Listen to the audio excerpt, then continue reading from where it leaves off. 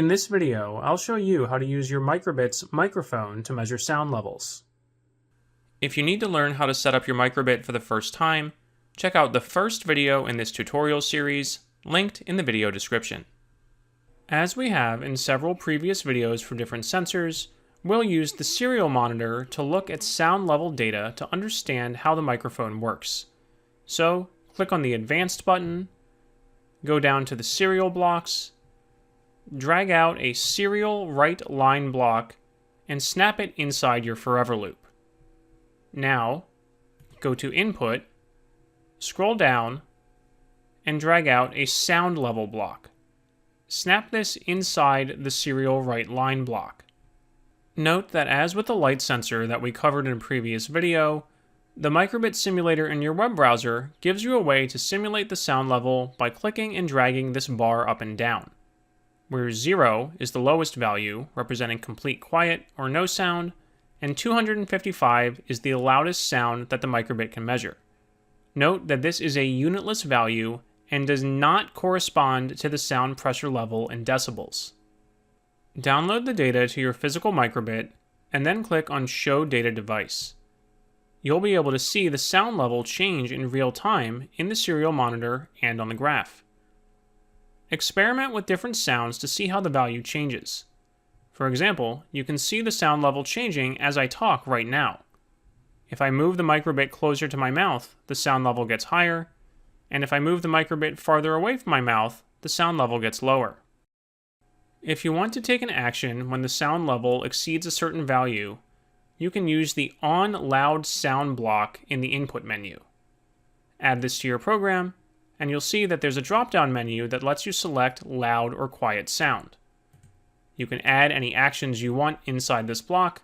For example, I'll add what we've used in many other videos and show a frowny face if the sound is too loud. I'll then add a pause so the face displays on screen for 1 second, and then I'll clear the screen. I'll get rid of my serial right line block since I would like to operate the Microbit on battery power, and it can only send serial data when it's connected to the computer via USB. Also note that unlike some of the motion detection blocks that we covered in a previous video, there is a block that lets you define the threshold for what is considered a loud sound. Go to More, and then down here, select Set Loud Sound Threshold. You only need this block to run once, so you can snap it inside your On Start block. If you want to make the threshold higher or lower than the default value of 128, simply click and type a new number in this text box, or drag the slider. I'm going to set my threshold to 100, and download this program to my physical Microbit. Here's the code running on the physical Microbit, and we see that my voice alone is enough to trigger the threshold, so if I want to detect a loud sound, I've probably set it too low. Here it is again after increasing the threshold to 200.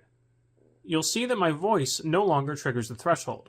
However, if I make a loud sound, for example clapping my hands, it does. But remember that the sound level also depends on the distance from the microphone to the sound source. If I clap my hands farther away, even though the source of the sound is the same level, it's farther away, so the Microbit perceives a lower sound level and it doesn't trigger the threshold. Also note that the microphone is physically on the back of the board, so its orientation relative to the sound source and whether there's anything covering it can also affect the measured sound level. Note that for monitoring fast, loud sounds like claps, the On Loud Sound block is going to work better than writing your own if-else statement inside the forever loop, like we've done for other sensors in previous videos. This is because this block continuously monitors the microphone in the background regardless of what the rest of your code is doing. However, we can still demonstrate what it's like to write your own if-else statement to monitor for continuous sound above a certain level. So I'm going to delete my On Sound block and Set Loud Sound Threshold block, and again, as we've done in previous videos for the other sensors, add my own if-else statement from the Logic menu. I'm then going to go back to the Logic menu to get a comparison block, snap that inside the condition for the if-else statement, go to Input, scroll down to the Sound Level block, snap that inside one of the numbers for the condition block, and now I can choose the comparison operator I want. For example, I'm going to choose greater than, and enter a value of 100. If the sound level is greater than 100, I'm going to show a frowny face, and if the sound level is less than or equal to 100, I'm going to show a smiley face. Here's that code running on the physical microbit, and notice how the LED next to the microphone is blinking instead of staying on continuously like it was in earlier segments of this video. And that indicates that the microbit is only checking the microphone value once at the beginning of each forever loop, and then there's a bit of a delay until it gets back to the beginning of the loop. So it's not continuously monitoring the microphone, and it will miss some loud sounds, for example, me clapping. However, if there's a continuous loud sound, such as me raising my voice, and you might want to turn your volume down or cover your ears for a minute, hello microbit, there we go.